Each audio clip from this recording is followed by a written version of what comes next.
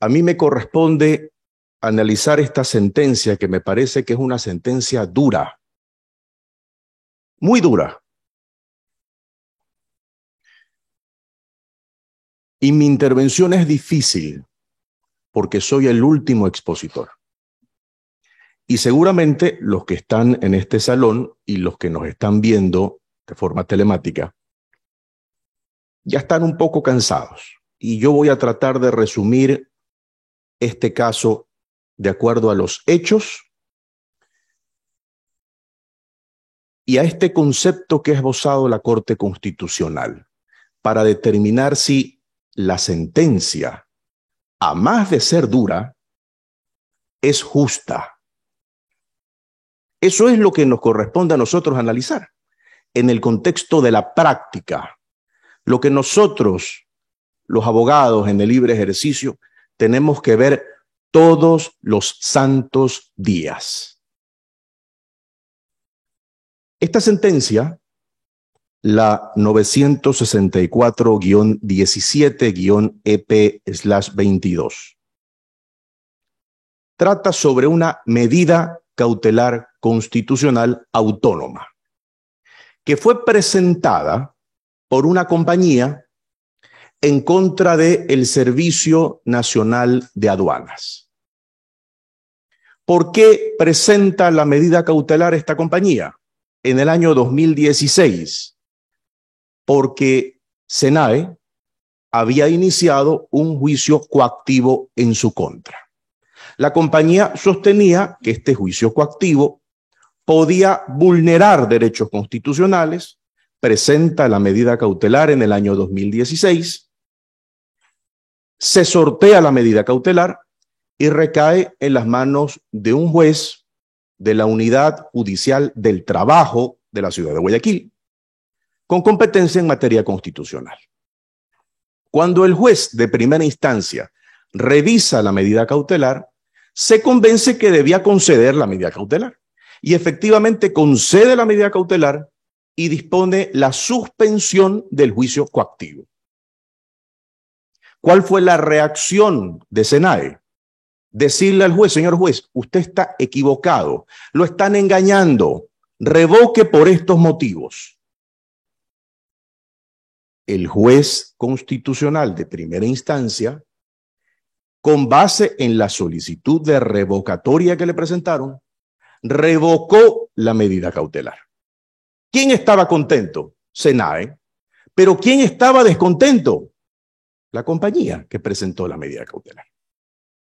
Esta compañía que presentó la medida cautelar, como no estaba contento con la revocatoria de la medida cautelar que había dispuesto la suspensión del procedimiento coactivo, presentó un recurso de apelación de esa revocatoria. ¿Qué hizo el juez constitucional, el de primera instancia, que conocía la medida cautelar?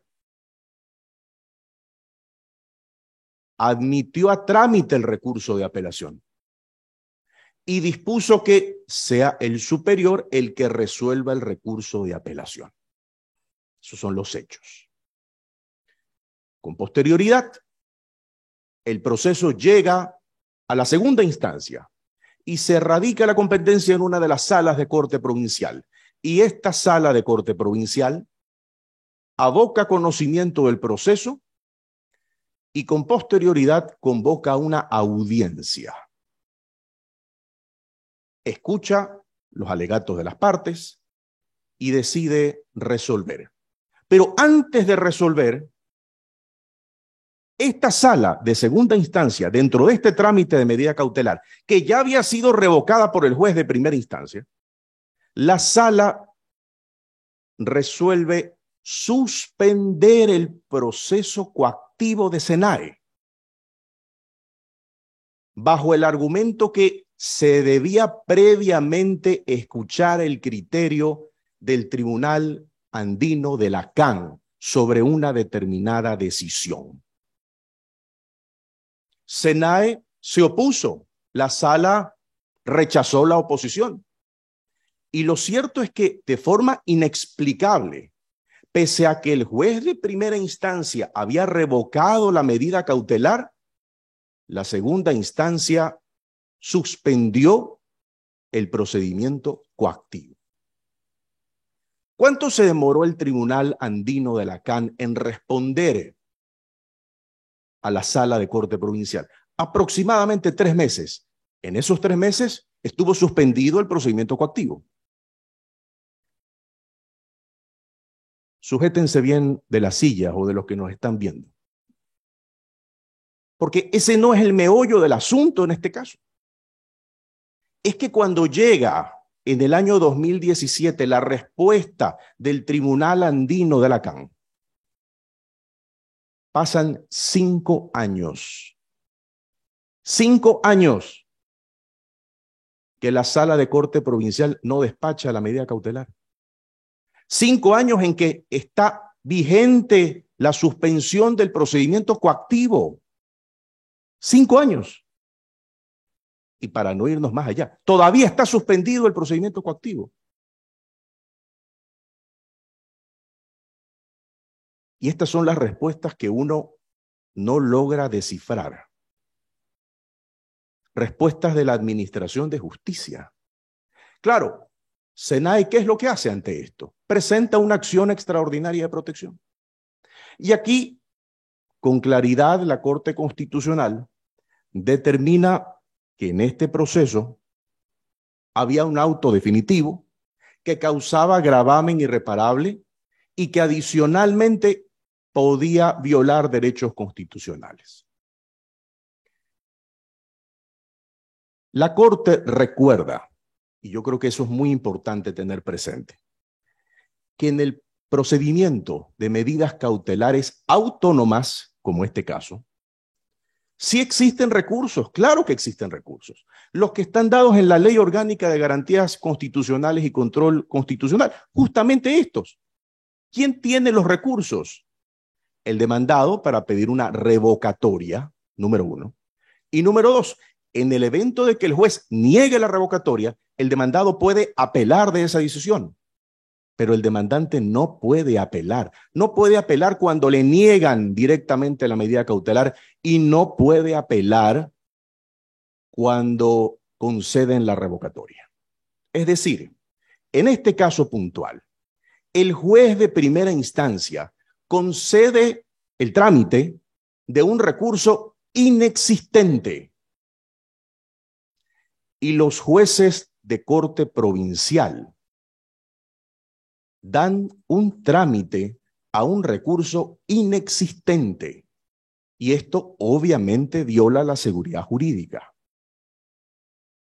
Pero también, más allá de eso, que es un jalón de oreja a los jueces, la Corte entra a analizar algo que me parece muy importante, que es un ejemplo de lo que la Corte determina como error inexcusable y manifiesta negligencia. Admitir un recurso que no está dispuesto en la ley es un error inexcusable. A nosotros los abogados nos cuestionan permanentemente porque a veces nos podemos equivocar. Cuando tenemos que apelar en defensa de nuestro cliente y nos quedamos callados y se nos pasan los términos, el cliente podría demandarnos por mala práctica profesional y yo siempre encuentro una similitud al médico al que se le olvida el bisturí dentro del paciente. En el caso de los jueces, una gran responsabilidad. ¿Cómo admiten un recurso que no existe en la ley? ¿Cómo le dan trámite? Y lo que es peor, ¿cómo suspenden un procedimiento coactivo violando el trámite de la medida cautelar? ¿Cuáles las conclusiones a las que llega la Corte Constitucional? Claro que hay un error inexcusable, pero también una manifiesta negligencia. Aquí no hubo debido pronunciamiento y debida atención de los jueces.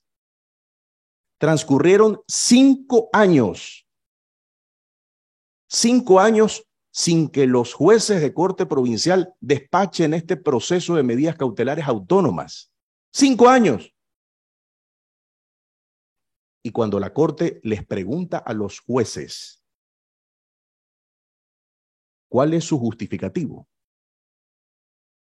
los jueces solo alcanzan a decir que el juez ponente estaba con una suspensión y que por eso ellos no habían atendido el proceso.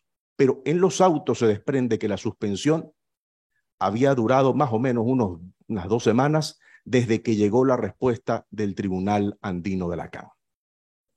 5 años sin despachar. Y la respuesta de los otros 2 jueces, que no eran los ponentes, era que como ellos no eran los ponentes, ellos no sabían que se había respondido por parte del Tribunal Andino de Lacan. Esa es la respuesta.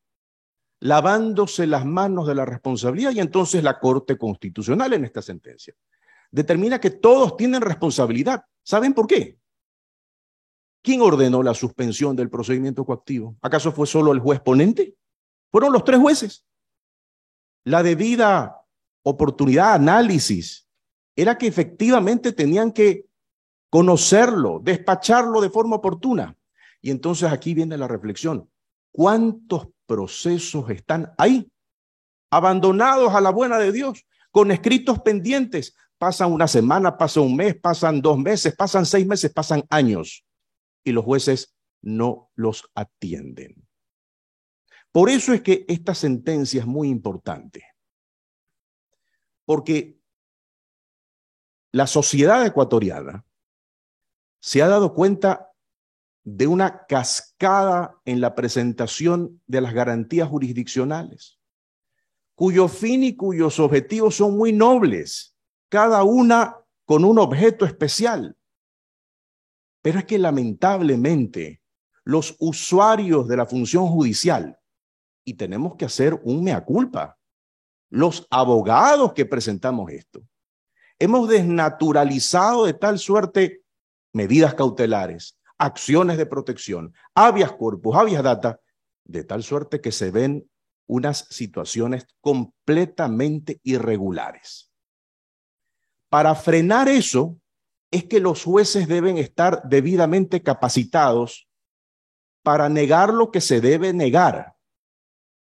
Y esta es una muy buena sentencia, dura, muy dura, porque al haber declarado el error inexcusable y manifiesta negligencia del juez de primera instancia que concedió a trámite un recurso inexistente, y al mismo tiempo de los jueces de segunda instancia que dieron trámite también a un recurso inexistente y excedieron sus atribuciones de suspender un procedimiento coactivo cuando la medida cautelar estaba revocada, y mantuvieron suspendido y en vigencia una medida cautelar, olvidándose de la revocabilidad de la medida cautelar y de la temporalidad de la misma.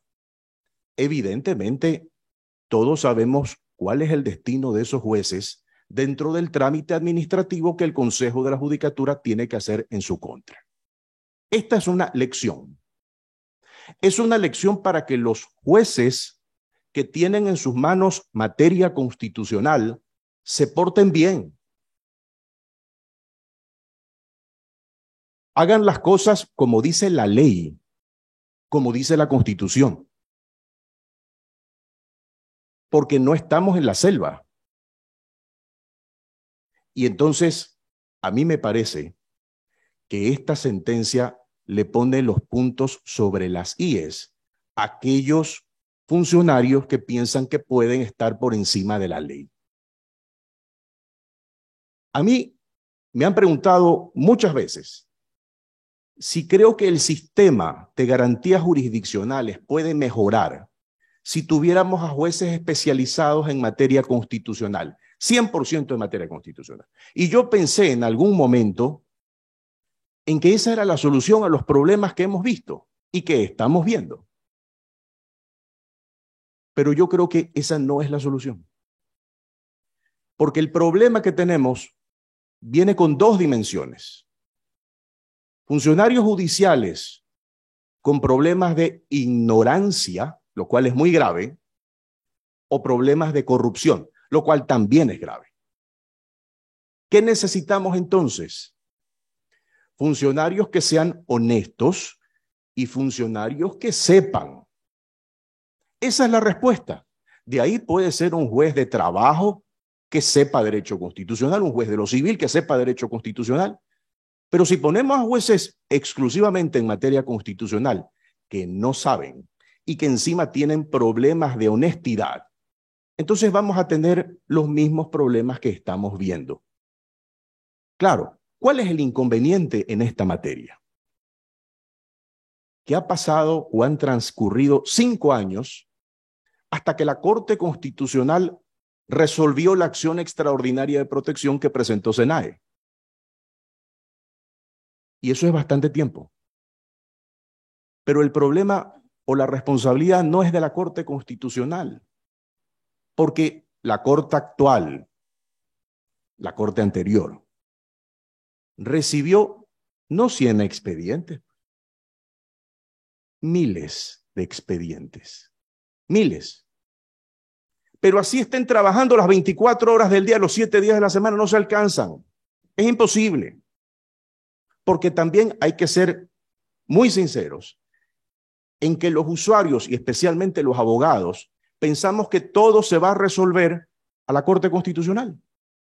Y entonces apelamos, interponemos casación y vemos a la acción extraordinaria de protección como una cuarta instancia, como que si esa fuera la solución a todos los problemas. Y entonces todo desemboca ¿en dónde? En la Corte Constitucional. Yo me alegro de esta sentencia. Sentencia dura, pero creo que es una sentencia justa para llamarle la atención a nuestros jueces a que fallen en derecho. Y eso es lo que finalmente todos queremos, porque las medidas cautelares son constantemente abusadas con fines ajenos a su verdadero fin. Y cierro con algo que la Corte también ha venido sosteniendo a través del tiempo. Cuando se presentan medidas cautelares conjuntas con otra garantía jurisdiccional, la obligación del juez es pronunciarse en la primera providencia sobre esa medida cautelar. Porque ¿qué es lo que nos hemos acostumbrado a ver? Que los jueces admiten a trámite la acción correspondiente, pero dicen, oportunamente me pronunciaré sobre la medida cautelar. Y entonces, ¿cuándo se pronuncian sobre la medida cautelar? ¿Qué? En la audiencia pública donde ya tienen que resolver la acción. Ese es otro llamado de atención para los jueces. Muchísimas gracias por escucharme.